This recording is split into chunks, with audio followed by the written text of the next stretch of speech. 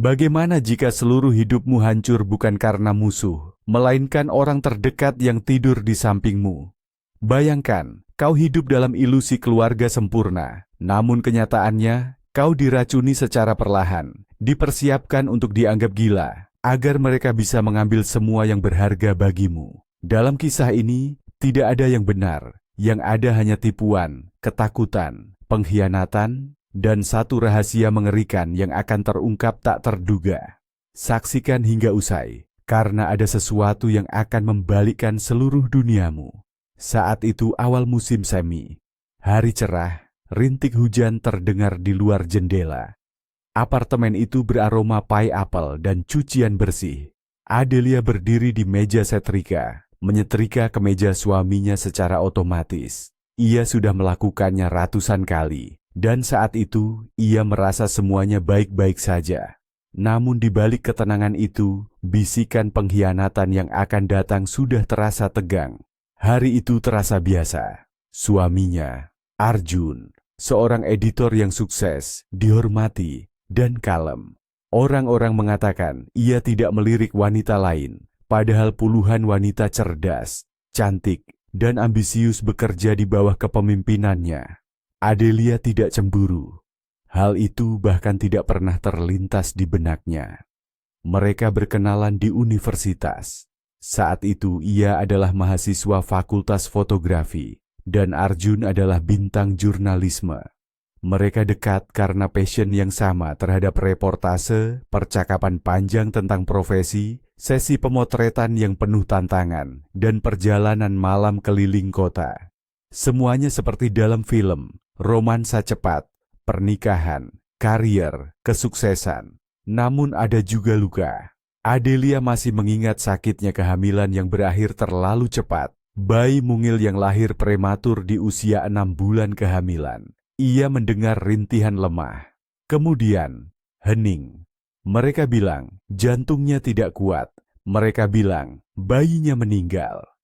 Adelia percaya, ia tidak diperlihatkan jenazahnya. Mereka hanya memberitahunya bahwa semuanya sudah berakhir. Arjun menguburkan bayi perempuan itu tanpa dirinya. Adelia menangis di gundukan tanah kecil itu, bahkan tanpa memiliki fotonya. Sejak saat itu, banyak hal berubah. Adelia mencoba kembali ke profesinya, tapi hatinya terasa berat. Ia tidak bisa lagi melihat melalui lensa kamera. Semua karakter yang ia potret terasa hampa. Pada akhirnya, Arjun menyarankan agar ia berhenti bekerja. Istirahatlah, katanya. Kau terlalu lelah, fokuslah pada rumah. Dan ia setuju. Tanpa perlawanan, tahun-tahun berlalu. Arjun membangun karirnya, pulang ke rumah dalam keadaan lelah, kadang larut malam. Tapi Adelia tidak mencurigai apapun. Ia membuatkan kopi, menyetrika kemeja, mencuci kaus kaki, dan berpikir bahwa hubungan mereka baik-baik saja. Kadang-kadang ibunya datang, tersenyum kaku, mengatakan betapa beruntungnya Arjun memiliki istri seperti Adelia. Adelia menerimanya begitu saja. Semuanya seolah membeku, dan tiba-tiba, suatu malam yang tak terduga, Arjun menerima telepon. Arjun itu seperti malaikat, seolah angin menerbangkannya menjauhi semua gadis di kantor. Adelia, ada apa denganmu? Dia tergila-gila padamu, selalu begitu. Adelia menatap matanya, lalu bertanya lagi. Bagaimana dengan rumor, gosip? Mungkin ada yang di kantor bilang dia punya selingkuhan? Kezia mengerutkan kening. Jangan bercanda begitu. Apa kita ini klub penghancur keluarga teman? Tidak ada yang akan berpikir seperti itu. Adelia tidak menjawab apapun. Temannya berbohong. Ia merasakannya. Pandangan yang terlalu yakin. Kata-kata yang terlalu sempurna. Malam itu, Adelia tidur sendirian. Arjun bilang ia akan lembur karena rapat perencanaan. Ia menunggu. Lama. 1 jam. 2 jam. Ketika langkah kaki terdengar di koridor, ia berpura-pura tidur. Ya, dia tidak tahu apa-apa. Bisik Arjun di telepon, sambil berdiri di lorong. Semuanya berjalan sesuai rencana. Selama dia masih mengantuk dan linglung, kita bisa bertemu dengan tenang. Ya, tapi untuk saat ini perceraian tidak mungkin. Aku butuh dia menandatangani penyerahan apartemen. Setelah itu, baru bisa. Adelia mendengarnya. Setiap kata menancap di otaknya seperti paku. Arjun berbohong. Ia berselingkuh. Ia memainkan sebuah permainan. Dan ia punya rencana untuk menyingkirkannya. Bukan secara fisik, tapi mental. Membuatnya gila. Meyakinkan semua orang bahwa ia tidak waras. Mencampur sesuatu dalam tehnya, menjebaknya, menghancurkannya, mengisolasinya. Adelia perlahan membuka matanya, dan ia mengerti permainan baru telah dimulai, di mana taruhannya adalah kewarasannya dan hidupnya.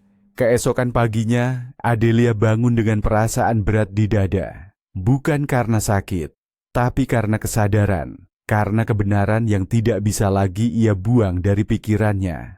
Mengingat apa yang ia dengar, setiap intonasi, setiap frasa Arjun, ia merasakan tanah di bawah kakinya terasa runtuh.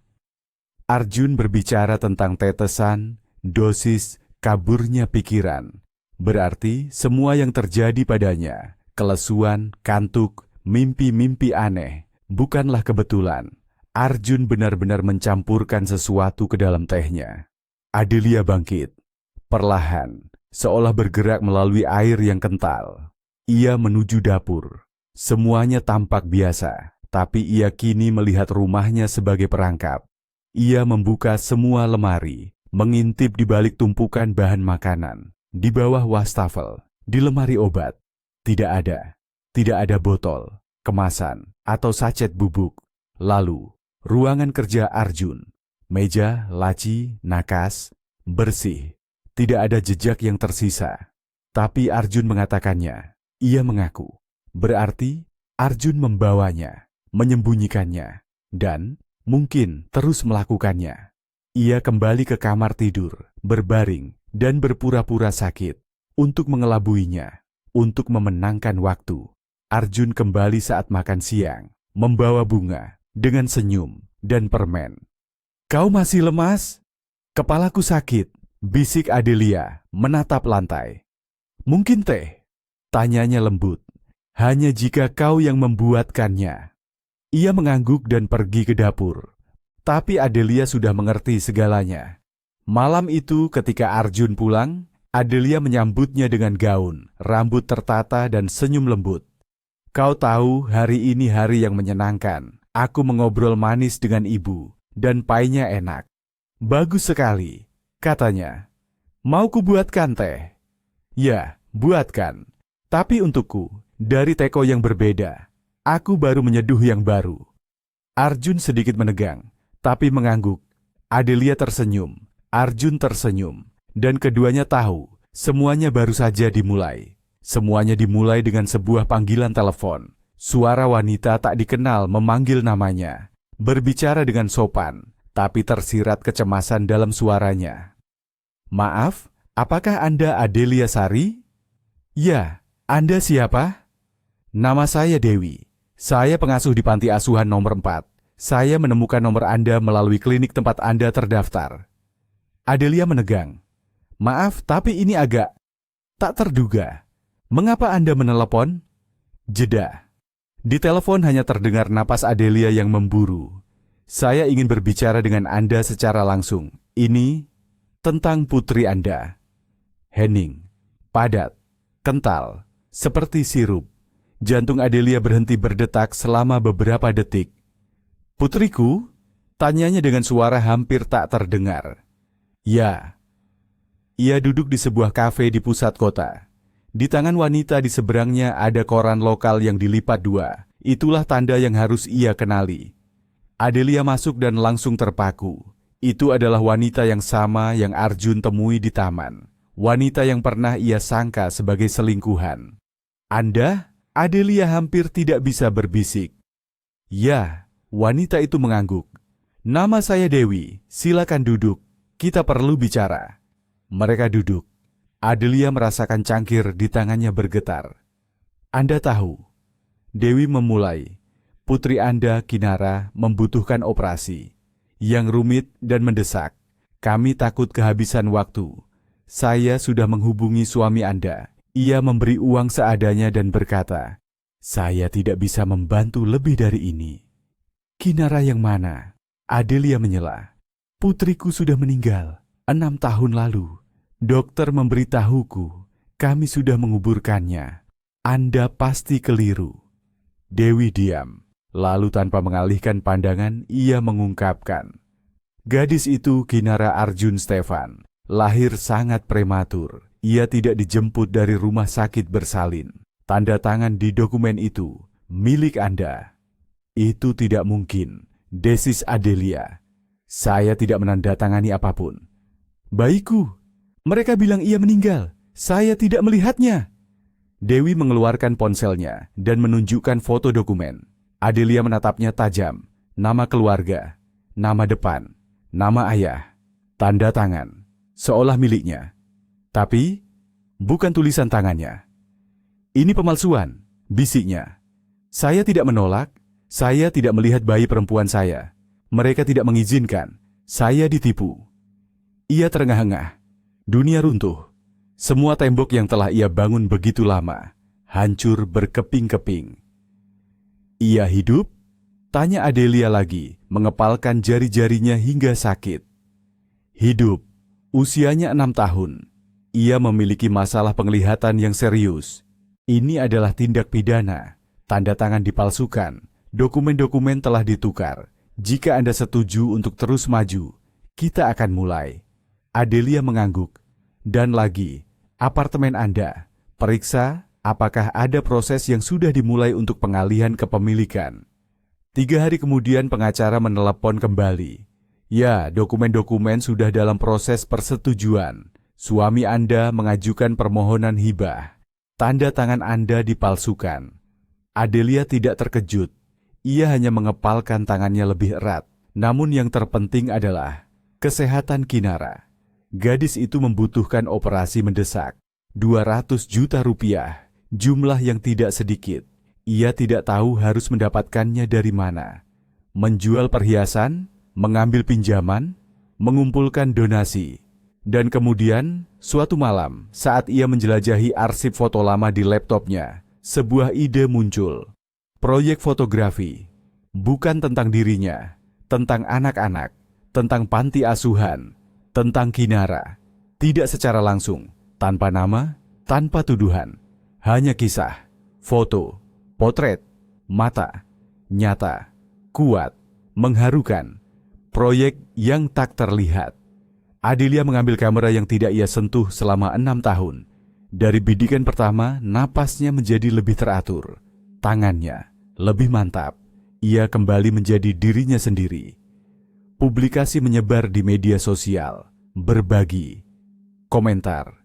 Keterlibatan Yayasan Amal.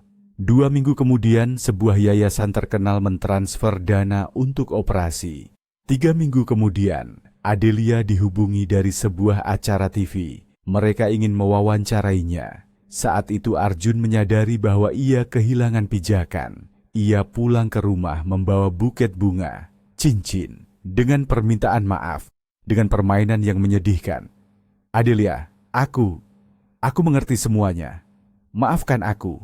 Aku bodoh. Aku tidak bisa tanpamu." Ia tersenyum, tenang. "Aku juga mengerti segalanya, Arjun.